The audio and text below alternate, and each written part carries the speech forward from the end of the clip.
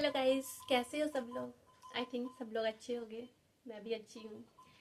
चलिए आज हम लोग पढ़ते हैं पैरेलल लाइंस। मैथ्स का ये बहुत ही इंपॉर्टेंट टॉपिक है। क्लास 6 से ही पैरेलल लाइन स्टार्ट हो जाता है, लेकिन हम लोग क्लास 7 में बहुत इसे ब्रीफली पढ़ते हैं। और क्लास 8, क्लास 9, क्लास 10, 11, 12 में तो खैर इसका कॉन्सेप्ट आता ही है। तो मेरे ये वीडियो केवल 6 या 7 के लिए नहीं है, 6 to 12 सभी लोग इसको देख सकते हैं। बाकी के बच्चे भी देख सकते हैं जिनका पैरेलल लाइन वीक है, जिनका इन पे कॉन्सेप्ट नहीं है। बिल्कुल आप एक बार इस पैरेलल लाइन को मैं जैसे पढ़ा रही हूँ, आप एक बार इसे देख लेना, आपको 100% गारंटी है आपका आ जाएगा, आपको कोई दिक्कत नहीं आएगी। ठीक है, आप स्टार्ट करते हैं पैरेलल लाइन। सबसे पहले देखिए पैरेलल लाइंस होता क्या है। ठीक है, टॉपिक है पैरेलल लाइंस।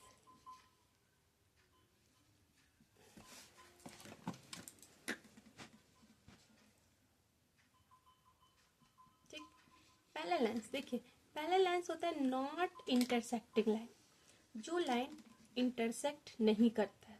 या इंटरसेक्ट का मतलब होता है जैसे ये लाइन इधर से जा रही है, ये लाइन इधर से जा रही है, तो ये कहीं ना कहीं आपस में एक दूसरे को काटेगी, इंटरसेक्ट करेगी।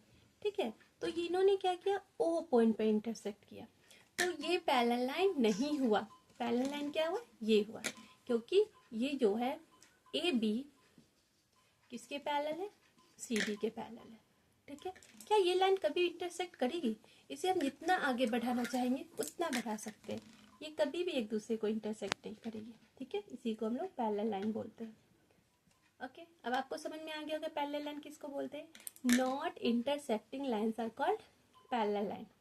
ठीक, अब पैरेलल लाइंस के क्या क्या फंडामेंटल एंगल्स होते हैं। If two lines are parallel, यदि दो लाइन पैरेलल है और उसे कोई करस्पॉन्डिंग लाइंस कट कर रहा है, A B C D E F, here two lines are parallel, C D and E F.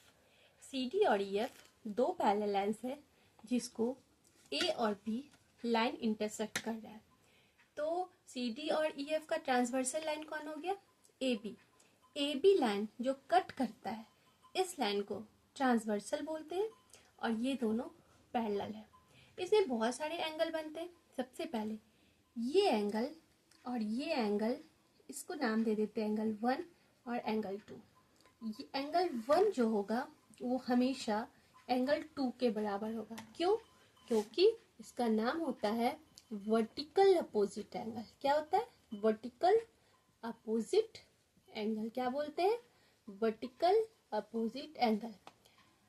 Vertical opposite angle क्या होता है, angle 1 equal to angle 2। Similarly आप बोल सकते हो एंगल 3 जो है एंगल 4 के बराबर है। ठीक है, उसी तरह से यदि फिर से यदि दो पैरेलल लाइन हो, वो एक इंटरसेक्टिंग लाइन हो, इसको हम लोग क्या बोलते हैं बताओ, ट्रांसवर्सल लाइन। क्या, ट्रांसवर्सल, कुछ भी आप नाम ले लो, ए एम के एल। ठीक है, और इसको कोई लाइन कट कर रहा है, ये एक ट्रांसवर्सल लाइन है। तो मैंने जैसे बताया था एंगल 1 एंगल 2 के बराबर है, एंगल 3 एंगल 4 के बराबर है। रीजन देंगे वर्टिकल अपोजिट एंगल। देखिए आप डमरू जैसा स्ट्रक्चर है ना, उसी तरह से यहाँ पे भी एंगल 5 जो है वो एंगल 6 के बराबर होगा, एंगल 7 जो है एंगल 8 के बराबर होगा। ठीक है, तो angle 5 equal to angle 6, angle 7 equal to angle 8, angle 5 is equal to angle 6, angle 7 is equal to angle 8। तो ये क्या हो गया, वर्टिकल अपोजिट एंगल। ठीक है बच्चे, आप एंगल को ऐसे भी लिख सकते हो। तो हमारे पास ये कॉन्सेप्ट आया कि यदि दो लाइन पैरेलल हो, उसको कोई भी ट्रांसवर्सल कट कर रहा हो, तो एंगल 1 एंगल 2 के इक्वल होगा, एंगल 3 एंगल 4 के इक्वल होगा, एंगल 5 एंगल 6 के इक्वल होगा, एंगल 7 एंगल 8 के इक्वल होगा। कोई दिक्कत?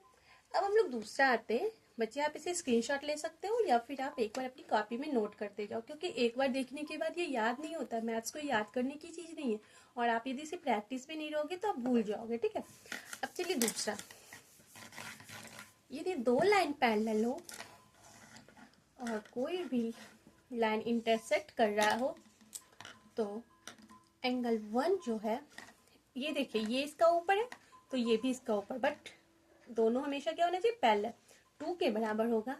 एंगल 3 जो है एंगल 4 के बराबर होगा। तो एंगल 1 किसके इक्वल है, एंगल 2 के, और एंगल 3 किसके इक्वल है, एंगल 4 की। रीजन क्या देंगे, रीजन देंगे कॉरस्पॉन्डिंग एंगल। क्या देंगे, कॉरस्पॉन्डिंग एंगल। क्या रीजन देंगे, कॉरस्पॉन्डिंग एंगल। हमेशा याद रखना, जब दो लाइन पैरेलल हो और जब कोई ट्रांसवर्सल कट कर रहा हो तो एंगल 1 एंगल 2 के इक्वल, एंगल 3 एंगल 4 के इक्वल, तो reason vertical opposite angle. Angle 1 is equal to angle 2, angle 3 is equal to angle 4।